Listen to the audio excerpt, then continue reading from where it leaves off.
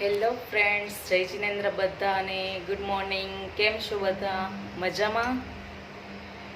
આજે હું અત્યારના હાર્વેસ્ટ માટે બનાવું છું ચોખાનું ઓસામણ. ફર્સ્ટ ટાઈમ હાર્વેસ્ટને હું ચોખાનું ઓસામણ પીવડાવું છું, કેમ કે હવે ધીમે ધીમે ગ્રો કરતો જાય છે. 6 મંથ અરાઉન્ડ 26ના 6 મંથ કમ્પ્લીટ થશે. બધા કહે છે ધીમે ધીમે એને બધું લિક્વિડ ને બધું ખવડાવ એટલે એને પછી ધીમે ધીમે આદત પડતી જાય ખાવાની. સો ફ્રેન્ડ્સ, જોઈ શકો છો તમે, હું એના માટે બનાવું છું ચોખાનું ઓસામણ. બને છે આપણા હરીશભાઈ માટે ચોખાનું ઓસામણ.